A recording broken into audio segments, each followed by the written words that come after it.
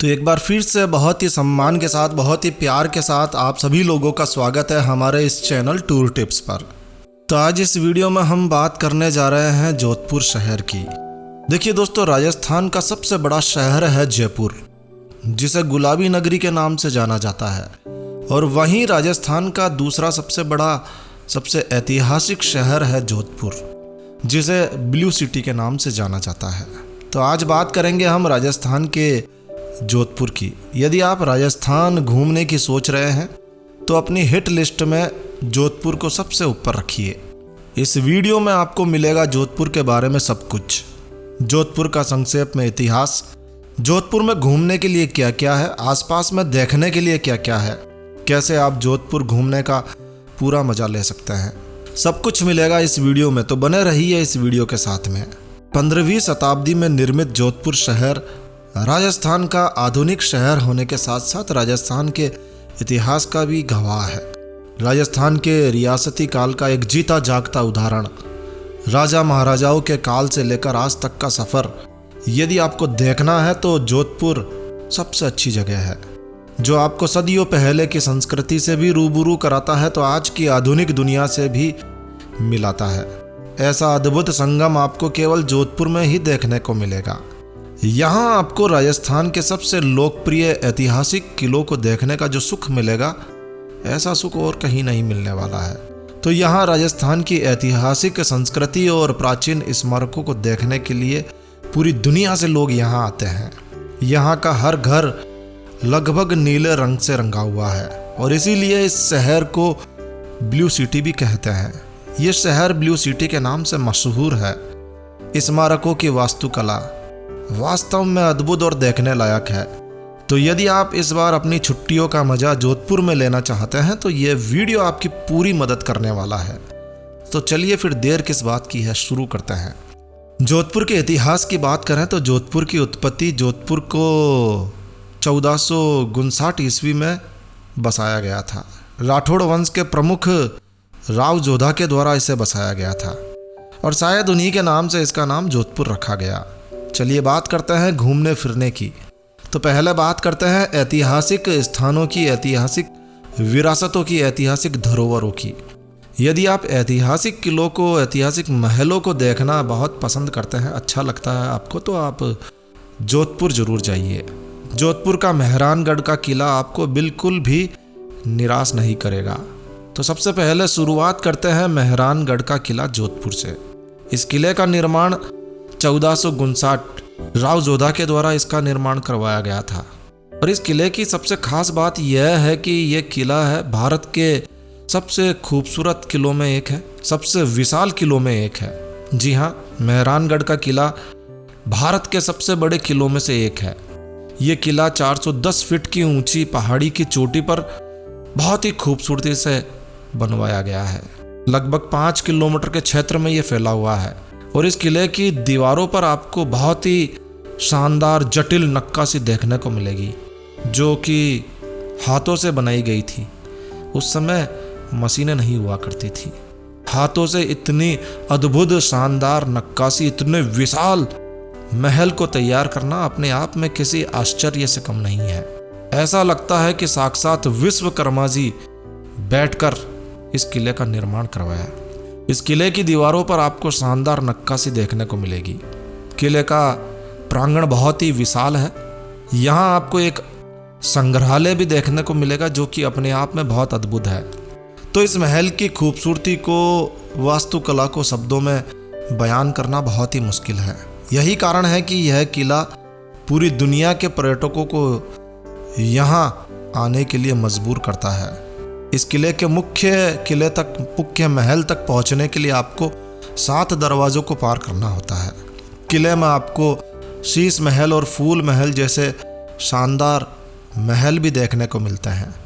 इन खूबसूरत महल को देखकर आप अपनी अंगुली को दांतों तले चबा भी सकते हैं, क्योंकि ऐसी खूबसूरत बिल्डिंग, ऐसी खूबसूरत वास्तुकला शायद ही आपने कभी देखी हो।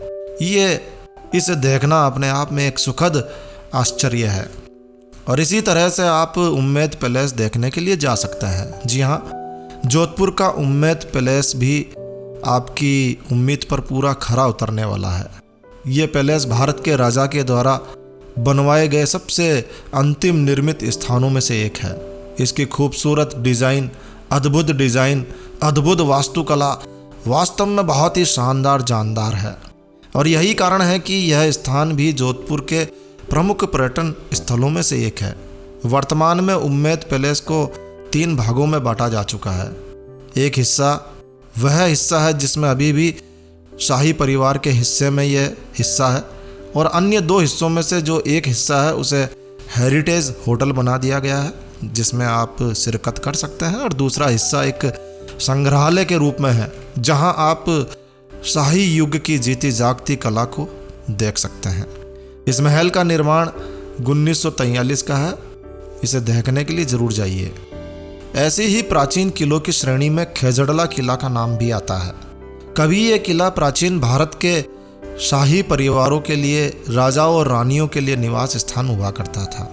ये महल जोधपुर के महाराजा के द्वारा 17वीं शताब्दी में बनवाया गया था। 17वीं शताब्दी में बनवाया गया था। इस प्राचीन 400 साल पुरानी इमारत को जब आप देखने जाएंगे तो आप देखेंगे कि अभी ये एक होटल के रूप में बदल चुका है। ग्रेनाइट और लाल बलुआ पत्थर का अद्भुत संगम, अद्भुत नमूना है ये खेजड़ला का किला। इसमें आपको राजपूती वास्तुकला देखने को मिलेगी, और ये भारत की धरोहर है, भारत की विरासत है। यहाँ आकर आप जान सकते हैं कि राजा महाराजाओं का युग कैसा हुआ करता था, भारत कितना समृद्ध था, भारत की समृद्ध सांस्कृतिक विरासत क्या थी, और भारत को क्यों सोने की चिड़िया कहा करते थे। बहुत ही अद्भुत खेजड़ला का किला देखना बनता है। चलिए आगे बढ़ते हैं। आपने बहुत सारे ऐतिहासिक किले आपने देख लिए हैं, और अब बात करते हैं जोधपुर में कुछ धार्मिक स्थानों की। देखिए, राजस्थान एक बहुत ही धार्मिक राज्य है, और जोधपुर भी इससे अछूता नहीं है। जोधपुर में आपको कई धार्मिक स्थल देखने को मिलेंगे। कुछ शानदार जानदार मंदिर है जो कि वास्तव में देखने लायक है। हमने कुछ चुनिंदा स्थानों को ही इसमें शामिल किया है। तो जोधपुर जाएं तो आप महामंदिर दर्शनों के लिए जरूर जाएं। ये मंदिर जोधपुर के मंडोर की ओर जाने वाले रास्ते पर मात्र 2 किलोमीटर की दूरी पर स्थित है, बहुत ज़्यादा दूर नहीं है। महामंदिर जोधपुर का सबसे लोकप्रिय और सबसे बड़ा मंदिर माना जाता है, तो इसे देखना बनता है। इस मंदिर की खास बात यह है कि इसे 84 स्तंभों के द्वारा बनवाया गया है। मंदिर परिसर में आपको अद्भुत जटिल कलाकृतियाँ देखने को मिलेगी। अद्भुत चित्र, अद्भुत नक्काशी सचमुच देखने लायक है। मंदिर में शानदार जानदार एक सुंदर डिज़ाइन किया हुआ एक बड़ा सा हॉल भी है, जहां अभी वर्तमान में योग क्लासें चल रही है, तो इसे भी देखना मत भूलिएगा। जब आप मेहरानगढ़ किला देखने जाएं तो किले के अंत में आपको एक चामुंडा माता मंदिर देखने को मिलेगा। ये मंदिर भी जोधपुर के सबसे पुराने और प्राचीन मंदिरों में से एक है, चामुंडा माता देवी मंदिर। चामुंडा माता देवी को जोधपुर की मुख्य देवी के रूप में पूजा जाता है। ये देवी राज परिवारों की इष्ट देवी और सबसे बड़ी देवी मानी जाती है, और अब वर्तमान में ये स्थान, ये मंदिर हिंदुओं का एक प्रमुख तीर्थ स्थल बन चुका है। तो भाई इसे देखना बनता है। कहते हैं कि यहाँ माता रानी के दर्शन करने मात्र से ही समस्त पापों का नाश हो जाता है, तो चामुंडा माता के दर्शनों के लिए जरूर जाएं। जोधपुर का सबसे प्राचीन और लोकप्रिय मंदिर महामंडलेश्वर मंदिर। जी हाँ, महामंडलेश्वर महादेव मंदिर के नाम से इसे जाना जाता है। बहुत ही प्राचीन मंदिर है। 923 ईस्वी का इसका निर्माण माना जाता है, तो आप समझ सकते हैं कि कितना पुराना है। भगवान शिव को समर्पित है ये मंदिर। भगवान शिव और देवी पार्वती के चित्र आपको यहाँ देखने को मिलेंगे, प्रतिमाएं देखने को मिलेगी। इस मंदिर को मंडलनाथ महादेव मंदिर के नाम से भी जाना जाता है। तो ये मंदिर काफ़ी प्राचीन मंदिर है और बहुत ही आस्था रखते हैं लोग इस मंदिर में। आपको जरूर देखने जाना चाहिए महामंडलेश्वर मंदिर। जोधपुर से ही 50 किलोमीटर की दूरी पर एक बहुत ही प्रसिद्ध मंदिर है ओम बना का मंदिर। ओम बना किसी परिचय के मोहताज नहीं है। लोग श्रद्धा से इस मंदिर को बुलेट बाबा मंदिर के नाम से जानते हैं। इस मंदिर की अद्भुत कहानी है, अद्भुत चमत्कार हैं इस मंदिर के। वर्तमान में यह मंदिर ओम बना को समर्पित एक तीर्थ स्थान बन चुका है। अब आपको जानकर यह आश्चर्य होगा कि यहाँ किसी देवी देवता की पूजा नहीं की जाती है, बल्कि यहाँ एक मोटरसाइकिल को पूजा जाता है। इस मंदिर की अपनी एक अलग कहानी है। यदि आप इस मंदिर की पूरी कहानी जानना चाहते हैं तो इस वीडियो के अंत में आपको एक वीडियो का लिंक मिल जाएगा, जिसे आप देख सकते हैं और इस मंदिर के बारे में पूरी जानकारी को प्राप्त कर सकते हैं। तो ओम बना के मंदिर दर्शनों के लिए भी आप जा सकते हैं। चलिए अब जोधपुर के लोकल साइट सीन्स की बात कर लेते हैं। जोधपुर के बीचों बीच एक शानदार क्लॉक टावर है जो कि 200 वर्ष पुराना है। लोग इसे घंटा घर भी कहते हैं। ये जोधपुर की संस्कृति का एक अद्भुत नमूना है। वर्तमान में क्लॉक टावर बाजार में है, सड़कों से घिरा हुआ है और आप यहाँ खरीदारी का मजा भी ले सकते हैं। तो इस अद्भुत सांस्कृतिक नमूने को देखना बनता है भाई। जोधपुर घूमने जाएं और मंडोर गार्डन ना जाएं तो जोधपुर की यात्रा कुछ अधूरी ही मानी जाएगी। जोधपुर के सबसे लोकप्रिय पर्यटन स्थलों में से एक है मंडोर गार्डन। आप यहाँ ज़रूर जाएं, कुछ देर आराम कीजिए, शांति से यहाँ के माहौल का मजा लीजिए। ये अपने आप में जोधपुर की वास्तुकला का एक शानदार नमूना है। ये पार्क, ये बगीचा जोधपुर के पास में ही है, 9 किलोमीटर की दूरी पर स्थित है। वैसे मंडोर गार्डन मेहरानगढ़ किले का ही एक हिस्सा है। यहाँ पर आपको एक संग्रहालय भी देखने को मिलेगा, तो इस संग्रहालय को देखना जरूर जाइएगा साहब। जोधपुर से 5 किलोमीटर की दूरी पर एक झील है, बालसमंद झील। बहुत ही प्रसिद्ध झील है। वैसे ये एक कृत्रिम झील है जिसे 1159 ईस्वी में गुर्जर प्रतिहार शासकों के द्वारा बनवाया गया था। यहाँ भी आप कुछ समय शांति से बिताने के लिए जा सकते हैं। यहाँ आपको आसपास में हरा भरा बगीचा देखने को मिलेगा। इस झील के पानी के पास आप एक लंबे समय तक चहलकदमी कर सकते हैं, टहल सकते हैं, जो कि आपको बहुत ही अच्छा लगने वाला है। बहुत ही अच्छा अनुभव देने वाला बालसमंद झील का परिसर है, किनारा है। पास ही में बालसमंद पैलेस है, इसे ज़रूर देखिए। यहाँ इस पैलेस में आपको एक रेस्टोरेंट देखने को मिलेगा जहाँ आप राजस्थानी खाने का मज़ा ले सकते हैं। यदि आप शाम के समय गए हैं तो बालसमंद पैलेस में बैठकर ही खाने के साथ साथ सुंदर झील और सूर्यास्त का नज़ारा भी आप देख सकते हैं। तो कोशिश कीजिए कि शाम को जाइए और सूर्यास्त जरूर देख कर आइए। ऐसे ही जोधपुर शहर से 8 किलोमीटर की दूरी पर एक झील है, कायलाना झील। ये भी एक कृत्रिम झील है और राजस्थान की सबसे खूबसूरत झीलों में इसे माना जाता है, तो इसे देखना बनता है भाई। राजस्थान की सबसे खूबसूरत और सबसे ज़्यादा देखे जाने वाली झीलों में से एक कायलाना झील। 84 वर्ग किलोमीटर के क्षेत्र में फैली हुई है ये झील। बहुत बड़ी झील है और हाँ, इस झील में विदेशी पक्षी भी आते हैं। तो आम के आम और गुठलियों के दाम। आप यहाँ विदेशी प्रजातियों के पक्षियों को भी देख सकते हैं। यदि आपको पक्षियों को देखना अच्छा लगता है तो बर्ड वॉचिंग के लिए ये एक शानदार स्थान है और आप यहाँ फोटोग्राफी भी कर सकते हैं। तो ज़रूर जाइए कायलाना झील को देखने के लिए।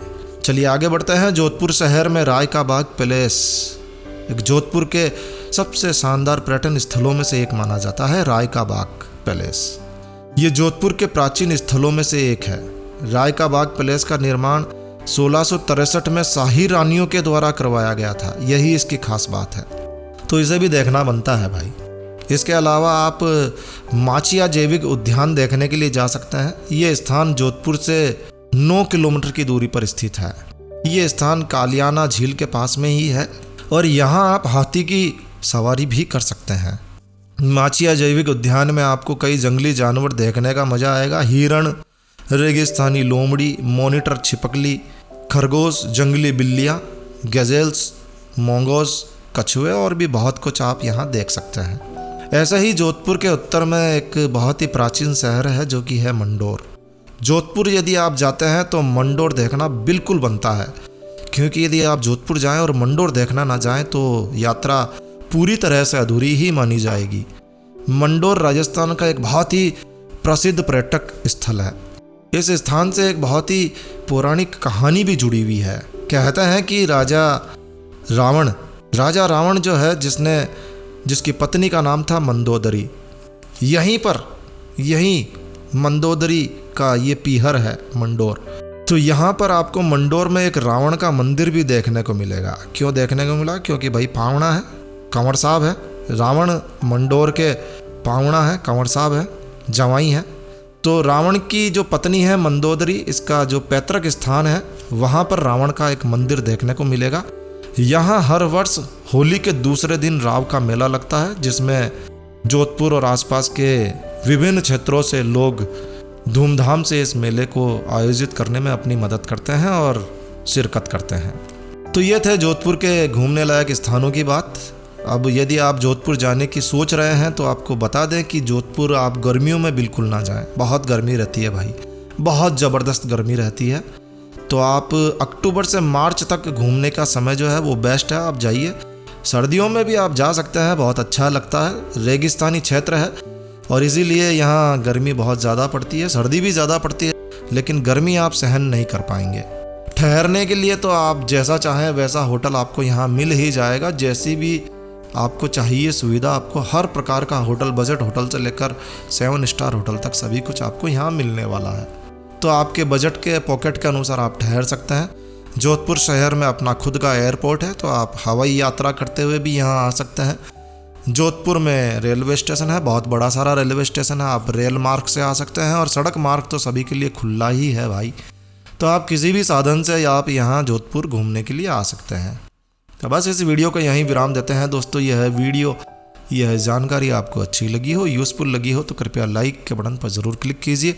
और यदि आपने हमारा ये चैनल सब्सक्राइब नहीं किया हुआ है तो कृपया चैनल सब्सक्राइब कर लीजिए, क्योंकि इसी तरह से हम और भी कई स्थानों के बारे में घूमने की जानकारियाँ आपके लिए लेकर आते हैं और लेकर आने वाले हैं।